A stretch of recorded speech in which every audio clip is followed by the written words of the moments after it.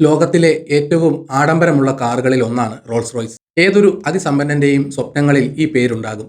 എന്നാൽ ആഡംബരത്തിന്റെ ഈ പര്യായമായി മാറിയ റോൾസ് റോയ്സ് സ്ഥാപിച്ചത് കഠിനമായ ദാരിദ്ര്യത്തിൽ നിന്ന് വളർന്നു വന്ന ഒരു യുവാവാണ് എന്നറിഞ്ഞാൽ നിങ്ങൾ അതിശയിക്കും. അദ്ദേഹമാണ് ഹെൻറി റോയ്സ്. 1863 ഹെൻറി റോയ്സിന്റെ ജനനം.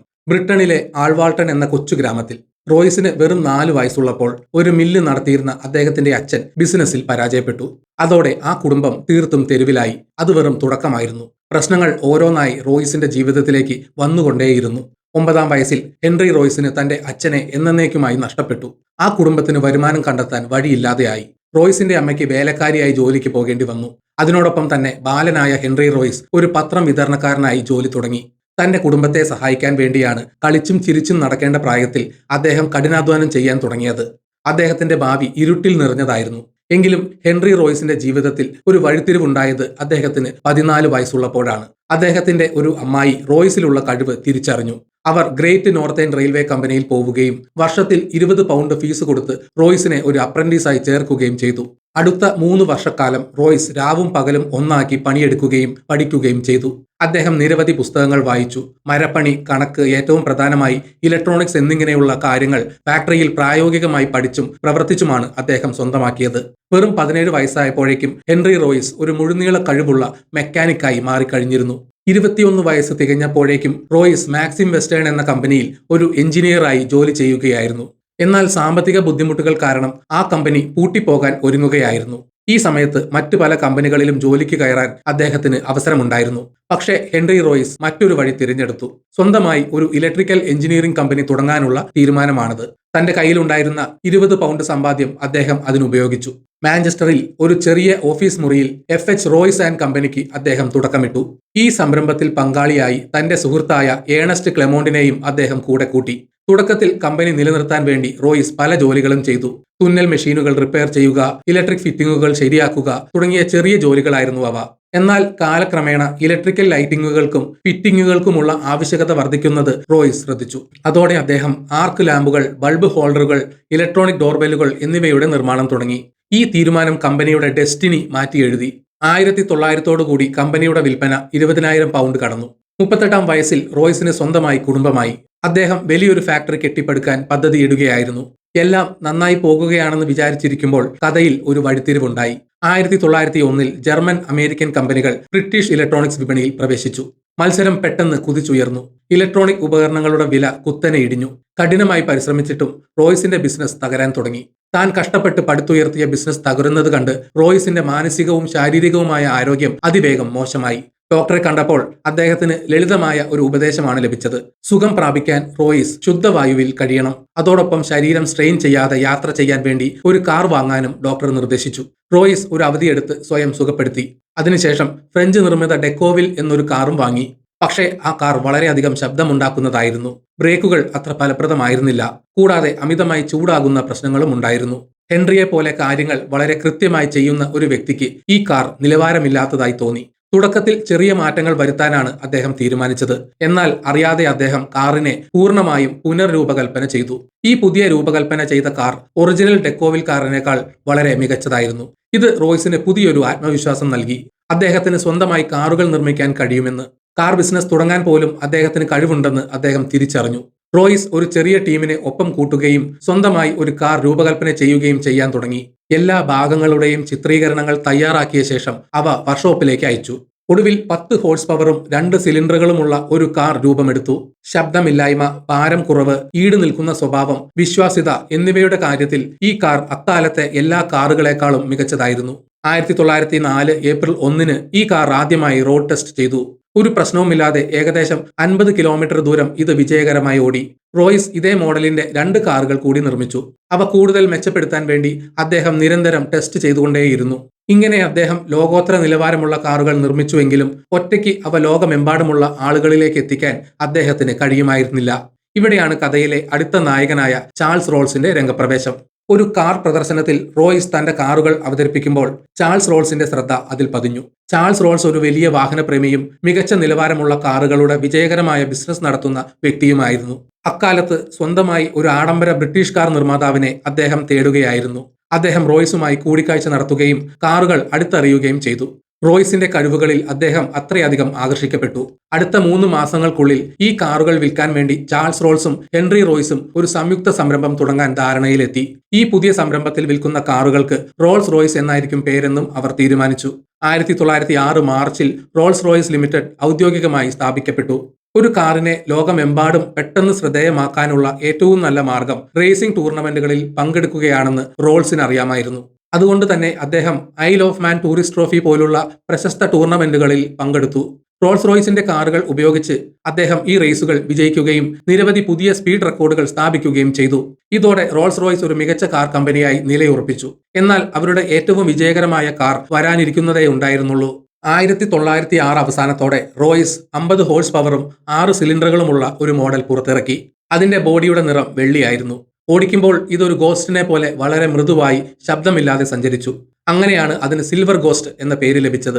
കാർ വിപണിയിൽ എത്തിക്കുന്നതിനായി റോൾസ് ഒരു പരീക്ഷണം ആസൂത്രണം ചെയ്തു. 24,000 കിലോമീറ്റർ നീണ്ട ഒരു എൻഡ്യൂറൻസ് ടെസ്റ്റ്. ഈ ടെസ്റ്റിൽ സിൽവർ ഗോസ്റ്റ് ഞായറാഴ്ചകൾ ഒഴികെ 2.5 മാസത്തോളം രാവും പകലും തുടർച്ചയായി ഓടിച്ചു. യാതൊരു പ്രശ്നങ്ങളുമില്ലാതെ സിൽവർ ഗോസ്റ്റ് ഈ ദൂരം വിജയകരമായി പൂർത്തിയാക്കി. ഇത് കൂടാതെ റോൾസ് ചില ഡെമോൺസ്ട്രേഷനുകളും സംഘടിപ്പിച്ചു. ഇതിൽ ഏറ്റവും പ്രസിദ്ധമാണ് വിസ്പർ ടെസ്റ്റ്. കാറിന്റെ ബോണറ്റിന് മുകളിൽ ഒരു നാണയം ബാലൻസ് ചെയ്തുകൊണ്ട് അത് താഴെ വീഴാതെ കാർ ഓടിച്ചു കാണിച്ചു. ഈ കാർ എത്രത്തോളം സ്മൂത്തും സൈലന്റുമാണ് എന്ന് തെളിയിക്കാൻ ഈ ടെസ്റ്റ് ഉപകരിച്ചു. ഈ തന്ത്രങ്ങളിലൂടെ സിൽവർ ഗോസ്റ്റ് പെട്ടെന്ന് തന്നെ ലോകത്തിലെ ഏറ്റവും മികച്ച കാർ എന്ന നിലയിൽ പ്രശസ്തമായി. അത് അന്നത്തെ രാജാക്കന്മാരുടെയും രാജ്ഞിമാരുടെയും വ്യവസായ പ്രമുഖരുടെയും ആദ്യ ചോയ്സായി മാറി. റോൾസിന്റെയും റോയ്സിന്റെയും പങ്കാളിത്തം ഒരു മികച്ച തീരുമാനമായിരുന്നു. അവർക്ക് എല്ലാ ഭാഗത്തു നിന്നും വിജയം ലഭിക്കുകയായിരുന്നു. എന്നാൽ 1910 ഒരു വലിയ ദുരന്തം സംഭവിച്ചു. കാറുകളോട് താല്പര്യമുണ്ടായിരുന്നതുപോലെ ചാൾസ് റോൾസിന് ഏവിയേഷനോടും വലിയ അഭിനിവേശമുണ്ടായിരുന്നു. 1910 ജൂലൈ 12 അദ്ദേഹം റൈറ്റ് ഫ്ലയർ എന്ന വിമാനം പറത്തുകയായിരുന്നു. പറക്കുന്നതിനിടെ വിമാനത്തിന്റെ പിൻഭാഗം തകർന്നു. വിമാനം 100 അടി ഉയരത്തിൽ നിന്ന് തകർന്നു വീണു. ഈ അപകടത്തിൽ 32 വയസ്സുണ്ടായിരുന്ന ചാൾസ് റോൾസ് മരണപ്പെട്ടു. ഒരു വിമാനാപകടത്തിൽ മരിക്കുന്ന ബ്രിട്ടനിലെ ആദ്യത്തെ വ്യക്തിയും അദ്ദേഹമായിരുന്നു. ഈ ദുരന്തം റോയ്സിനെ വല്ലാതെ തളർത്തി. ഈ നഷ്ടത്തിൽ നിന്ന് അദ്ദേഹം കരകയറാൻ ശ്രമിക്കുന്നതിനിടെ 1911 അദ്ദേഹത്തിന് മറ്റൊരു തിരിച്ചടി ലഭിച്ചു. അദ്ദേഹത്തിന്റെ ആരോഗ്യം അതിവേഗം വഷളായി. ഡോക്ടർമാർ അദ്ദേഹത്തിന് കുടൽ ക്യാൻസർ ആണെന്ന് സ്ഥിരീകരിച്ചു. ഒരു വലിയ ഓപ്പറേഷൻ നടത്തി. എന്നിട്ടും ഡോക്ടർമാർ പറഞ്ഞു അദ്ദേഹം 3 മാസം മാത്രമേ ജീവിച്ചിരിക്കുകയുള്ളൂ എന്ന്. ഈ അവസ്ഥയിലും റോയ്സ് തന്റെ കിടക്കയിൽ കിടന്നുകൊണ്ട് സിൽവർ ഗോസ്റ്റിന്റെ രൂപകൽപ്പനയും എഞ്ചിനീയറിംഗും മെച്ചപ്പെടുത്തിക്കൊണ്ടിരുന്നു. പിന്നീട് ഒരു അത്ഭുതം സംഭവിച്ചു. 3 മാസങ്ങൾ കടന്നുപോയി. റോയ്സ് 100% സുഖം പ്രാപിച്ചു. തിരികെ വന്ന ശേഷം റോയ്സ് സിൽവർ ഗോസ്റ്റിൽ വലിയ മാറ്റങ്ങൾ വരുത്തി. ഗ്രൗണ്ട് ക്ലിയറൻസ് വർദ്ധിപ്പിച്ചു. സസ്പെൻഷൻ മെച്ചപ്പെടുത്തി. ഷാസി ശക്തമാക്കി. ഈ കാലയളവിലാണ് കാറുകളുടെ ബോണറ്റുകളിൽ വ്യക്തിഗത ചിഹ്നങ്ങൾ സ്ഥാപിക്കുന്ന ഒരു ട്രെൻഡ് കണ്ടത്. ആളുകൾ ഇൻഅപ്രോപ്രിയേറ്റ് ആയ രൂപങ്ങൾ ഉപയോഗിച്ച് ചിഹ്നങ്ങൾ വയ്ക്കുന്നത് കമ്പനിക്ക് ആശങ്കയുണ്ടാക്കി. അതുകൊണ്ട് റോൾസ് റോയ്സ് സ്വന്തമായി ഒരു ചിഹ്നം രൂപകൽപ്പന ചെയ്യാൻ തീരുമാനിച്ചു. ഒരു ബ്രിട്ടീഷ് നടിയും മോഡലുമായ എലനോർ തോർട്ടനെയാണ് ഈ ചിഹ്നത്തിനായി ഉപയോഗിച്ചത്. ഒരു സ്ത്രീ മുന്നോട്ട് കുനിഞ്ഞ് കൈകൾ പിന്നോട്ട് നീട്ടി ശക്തമായ കാറ്റേൽക്കുന്നത് പോലെ നിൽക്കുന്ന ഒരു ശില്പമാണിത്. മനോഹാരിത, സ്വാതന്ത്ര്യം, വേഗത എന്നിവയെ ഇത് പ്രതീകപ്പെടുത്തി. സ്പിരിറ്റ് ഓഫ് എക്സ്റ്റസി എന്നാണ് ഇതിന് പേരിട്ടത്. ഈ മെച്ചപ്പെടുത്തലുകൾ കാരണം റോൾസ് റോയ്സിന്റെ വിൽപ്പനയും ലാഭവും കുതിച്ചുയർന്നു. 1913 ലാഭം 90,000 പൗണ്ടിന് മുകളിലായി. അന്താരാഷ്ട്ര തലത്തിൽ ശാഖകൾ വികസിപ്പിക്കാനും അവർ പദ്ധതിയിട്ടു. എന്നാൽ റോൾസ് റോയ്സിനെ ഏതാണ്ട് തകർക്കാൻ പോകുന്ന ഒരു സംഭവമുണ്ടായി.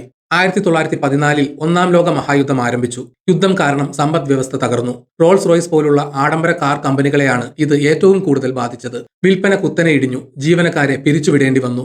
റോൾസ് റോയ്സ് ഈ യുദ്ധത്തെ അതിജീവിക്കില്ലെന്ന് എല്ലാവരും കരുതി. എന്നാൽ റോയ്സിന്റെ മനസ്സിൽ മറ്റു ചില പദ്ധതികൾ ഉണ്ടായിരുന്നു. അദ്ദേഹം മിലിറ്ററി ഉദ്യോഗസ്ഥരുമായി കൂടിക്കാഴ്ച നടത്തി. യുദ്ധത്തിൽ വിശ്വസനീയവും ഉയർന്ന പ്രകടനശേഷിയുള്ളതുമായ വാഹനങ്ങൾക്ക് വലിയ ആവശ്യമുണ്ടെന്ന് അദ്ദേഹം തിരിച്ചറിഞ്ഞു. അതോടെ റോൾസ് റോയ്സ് സിൽവർ ഗോസ്റ്റിനെ ഒരു ആർമേർഡ് കാറായി പരിഷ്കരിച്ചു. കാറിന്റെ ബോഡിയിൽ 8 മില്ലിമീറ്റർ കട്ടിയുള്ള കറങ്ങുന്ന ടററ്റ് സ്ഥാപിച്ചു. അതിൽ ഒരു മെഷീൻ ഗൺ ഘടിപ്പിച്ചു. ഈ കാർ മിഡിൽ ഈസ്റ്റിലെ കടുപ്പമേറിയ മരുഭൂമിയിലെ ഓപ്പറേഷനുകൾക്കും ചാരപ്രവർത്തനങ്ങൾക്കും ഉപയോഗിച്ചു. കൂടാതെ സിൽവർ ഗോസ്റ്റ് ഓടിക്കാൻ വളരെ സ്മൂത്ത് ആയതുകൊണ്ട് പരിക്കേറ്റ സൈനികരെ കൊണ്ടുപോകാനുള്ള ആംബുലൻസുകളായും ചില കാറുകൾ പരിഷ്കരിച്ചു. ഈ ആംബുലൻസുകൾ ആയിരക്കണക്കിന് ജീവൻ രക്ഷിച്ചു.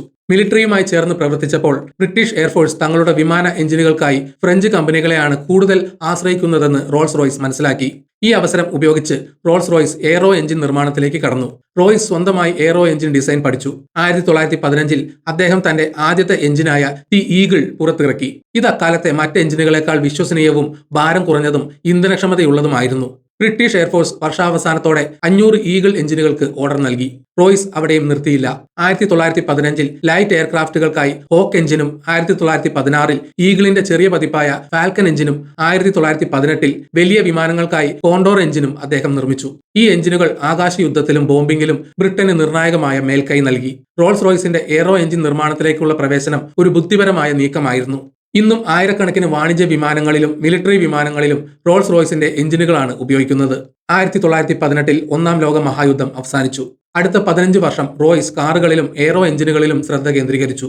അദ്ദേഹം 20 HP എന്ന പേരിൽ ചെറുതും വില കുറഞ്ഞതുമായ ഒരു കാർ പുറത്തിറക്കിയെങ്കിലും അതിന്റെ വിൽപ്പന അത്ര മികച്ചതായിരുന്നില്ല. 1925 ബെൻലി, ഡയമലർ, കാഡിലാക് പോലുള്ള ബ്രാൻഡുകൾ ആഡംബര കാർ വിപണിയിൽ മത്സരം ശക്തമാക്കി. തങ്ങളുടെ സ്ഥാനം നിലനിർത്താൻ സിൽവർ ഗോസ്റ്റിന് പകരമായി മികച്ച പ്രകടനവും 4 വീൽ ബ്രേക്കുകളുമുള്ള പുതിയ കാർ അവർക്ക് ആവശ്യമായിരുന്നു. അങ്ങനെയാണ് ദി ന്യൂ ഫാൻറ്റം പുറത്തിറക്കിയത്. ഫാൻറ്റം വൻ വിജയമായി. റോൾസ് റോയ്സിനെ ആഡംബര കാർ വിപണിയിലെ രാജാക്കന്മാരായി അത് തിരികെ കൊണ്ടുവന്നു. പിന്നീട് ഫാൻറ്റം 2 പുറത്തിറക്കി. 1931 പാപ്പരായിക്കൊണ്ടിരിക്കുന്ന ബെൻലി കമ്പനിയെ റോൾസ് റോയ്സ് ഏറ്റെടുത്തു. ഇതിനുശേഷം റോയ്സ് രൂപകൽപ്പന ചെയ്ത മറ്റൊരു മികച്ച കാറാണ് ബെൻലി 3.5 ലിറ്റർ. റോൾസ് റോയ്സിന്റെയും ബെൻലിയുടെയും വിജയകരമായ ഒരു സംയോജനമായിരുന്നു അത്. എന്നാൽ നിർഭാഗ്യവശാൽ റോയ്സിന് ഈ കാർ നേരിൽ കാണാൻ കഴിഞ്ഞില്ല. 1933 ഏപ്രിൽ 22 തന്റെ 70-ാം വയസ്സിൽ സർ ഹെൻറി റോയ്സ് അന്തരിച്ചു. കാറിന്റെ ഉൽപാദനം തുടങ്ങുന്നതിന് ഏകദേശം 6 മാസം മുൻപായിരുന്നു അത്. സർ ഹെൻറി റോയ്സിന്റെ മരണശേഷം റോൾസ് റോയ്സ് നിരവധി ഉയർച്ച താഴ്ചകൾ കണ്ടു. എങ്കിലും ഫാൻറ്റം 3, സിൽവർ ഷാഡോ, ഗോസ്റ്റ് തുടങ്ങിയ മികച്ച കാറുകൾ കമ്പനി പുറത്തിറക്കി. 1960-കളിൽ സാമ്പത്തിക ബുദ്ധിമുട്ടുകൾ കാരണം എയ്റോ എഞ്ചിൻ ബിസിനസ്സും ഓട്ടോമൊബൈൽ ബിസിനസ്സും വേർതിരിക്കപ്പെട്ടു. നിലവിൽ റോൾസ് റോയ്സ് മോട്ടോഴ്സ് BMW-ന്റെ ഉടമസ്ഥതയിലാണ്. ഇന്നും ഒരു റോൾസ് റോയ്സ് സ്വന്തമാക്കുക എന്നത് ആത്യന്തികമായ ആഡംബരത്തിന് പ്രതീകമാണ്. ഇത് റോയ്സിന്റെ എഞ്ചിനീയറിംഗിലുള്ള പൂർണ്ണതയെയും റോൾസിന്റെ വ്യക്തിപ്രഭാവത്തെയും പ്രതീകപ്പെടുത്തുന്ന ഒരു മാസ്റ്റർപീസാണ്. ദാരിദ്ര്യത്തിൽ നിന്ന് തുടങ്ങിയ ഒരു ബാലൻ തന്റെ കഠിനാധ്വാനത്തിലൂടെയും പ്രതിസന്ധികളെ അവസരങ്ങളാക്കി മാറ്റാനുള്ള തന്റെ അസാധാരണമായ കഴിവിനാലും ലോകത്തിന് സമ്മാനിച്ച ഒരു ഇതിഹാസമാണിത്. ഈ വീഡിയോ ഇവിടെ വെച്ച് നിർത്തുന്നു. നിങ്ങൾക്ക് വീഡിയോ ഇഷ്ടപ്പെട്ടെങ്കിൽ ലൈക്ക് ചെയ്യുക. ചാനൽ സബ്സ്ക്രൈബ് ചെയ്തിട്ടില്ലെങ്കിൽ മറക്കാതെ സബ്സ്ക്രൈബ് ചെയ്യണം. നിങ്ങളുടെ വിലയേറിയ അഭിപ്രായങ്ങൾ കമന്റിൽ രേഖപ്പെടുത്തണം. നോട്ടിഫിക്കേഷൻ ബെൽ ബട്ടൺ അമർത്താൻ മറക്കരുത്. മറ്റൊരു വീഡിയോയുമായി വീണ്ടും കാണാം. ജയ് ഹിന്ദ്.